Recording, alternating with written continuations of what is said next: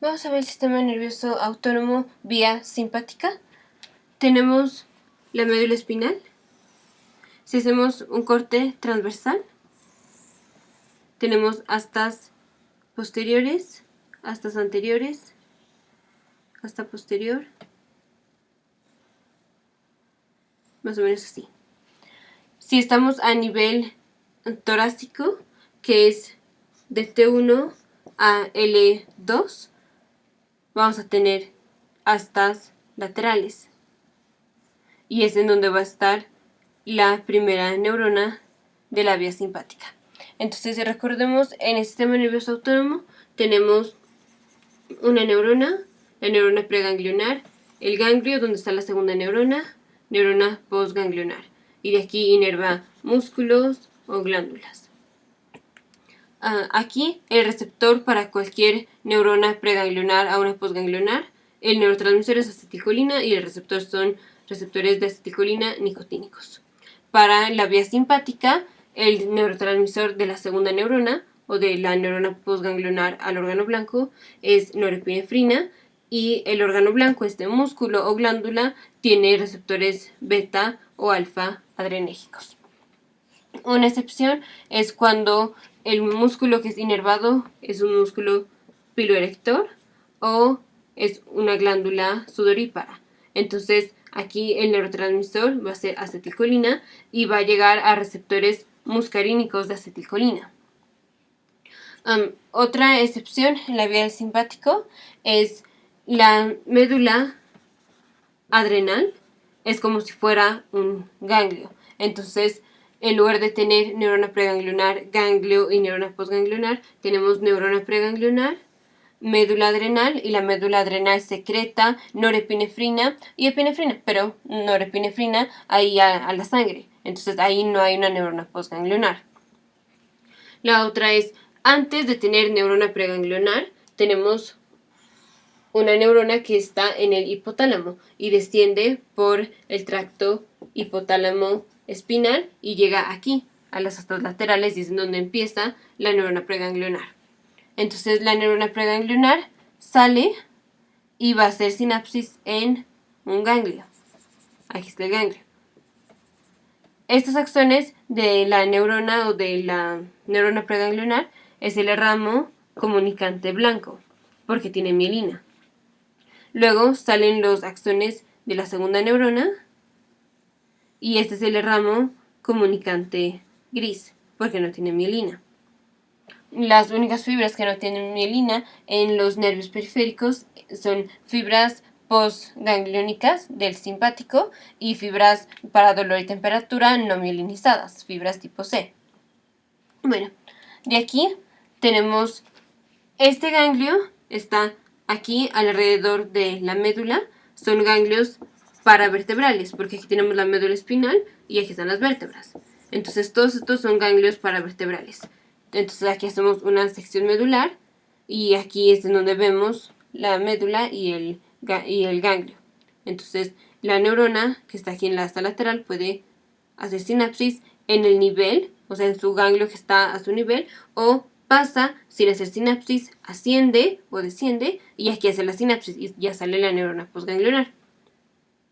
Tenemos como principalmente tres vías del simpático más o menos.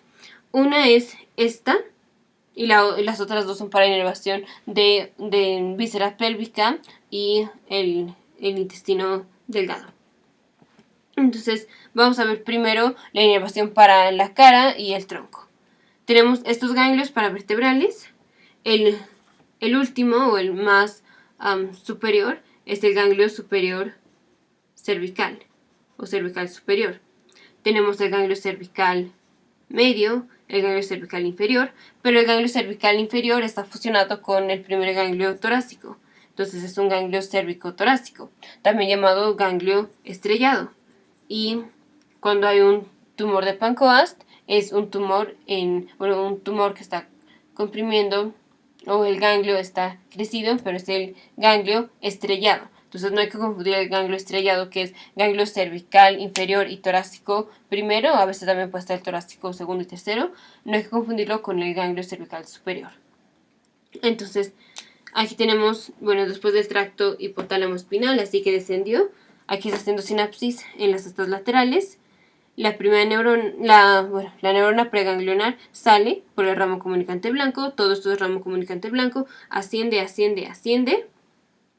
Llega al núcleo, al ganglio cervical superior. Libera acetilcolina. Salen los axones de la segunda neurona. Y esto es ramo comunicante gris. Pasa por el plexo de la carótida, ahí a lo largo de la carótida interna. Pasa por el seno cavernoso. Uno de las ramas finalmente entra a la órbita como el ganglio, como el nervio cilioespinal largo o ciliar largo, y ahí inerva el dilatador de la pupila. Entonces, esta es una vía. Y aquí también puede ir a los músculos, como el músculo de Müller, o así para levantar un poco el párpado, glándulas sudoríparas, etc. Entonces, si es una glándula sudorípara a la que va a inervar, esa glándula va a tener receptores de acetilcolina, y entonces esta neurona postganglionar le va a liberar acetilcolina. Si es un músculo como el músculo de Müller, entonces tiene receptores beta o alfa adrenérgicos y la neurona libera norepinefrina. O para el músculo dilatador de la pupila, tiene receptores alfa adrenérgicos. Bueno, la otra es de T5 a T12, va a ser la inervación del intestino delgado hasta, bueno, desde el duodeno más o menos, hasta, o desde la, bueno, sí, desde el duodeno hasta la segunda porción del colon transverso. Entonces, tenemos de T5 a T12, sale la neurona preganglionar, y en lugar de hacer sinapsis en un ganglio paravertebral, va a hacer sinapsis en un ganglio prevertebral. Y tenemos 4 ganglios prevertebrales importantes, que son el celíaco, mesentérico superior, aórtico renal y mesentérico inferior. O sea, tienen el nombre de la arteria por donde el nervio, la neurona simpática, lo acompaña. Para el intestino delgado, que es inervado de T5 a T12, son estos tres ganglios prevertebrales. Entonces pasa sin hacer sinapsis, llega al ganglio prevertebral y ahí hace la sinapsis, y luego ya sale la otra neurona, la neurona postganglionar. Y estos nervios o estas neuronas que salen, este conjunto de nervios que van saliendo aquí, son los nervios tóraco-lumbares o toracoesplácnicos. Los lumboesplácnicos, esos son de L1 a L2, y esos van a inervar al colon izquierdo. Igual, estos van a pasar aquí, hacen sinapsis en el ganglio prevertebral mesentérico inferior y salen como nervios lumbares esplácnicos. De la inervación de la víscera pélvica tenemos, entre los más importantes y complejos, es el esfínter interno del ano, que está inervado por el simpático. El esfínter externo del ano no es inervado por el simpático, solo por el parasimpático, y lo vamos a ver después. Solo el interno es inervado por el simpático.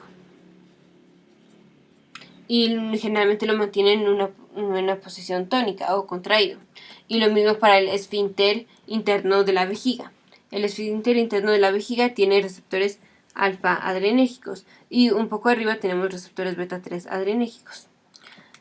Y el esfínter sí tiene liberación ahí de alfa, de norepinefrina, los receptores alfa adrenérgicos. El músculo del esfínter interno de la vejiga está contraído. Ahora, en el siguiente video vamos a ver el parasimpático, y luego vamos a hacer la comparación entre simpático y parasimpático.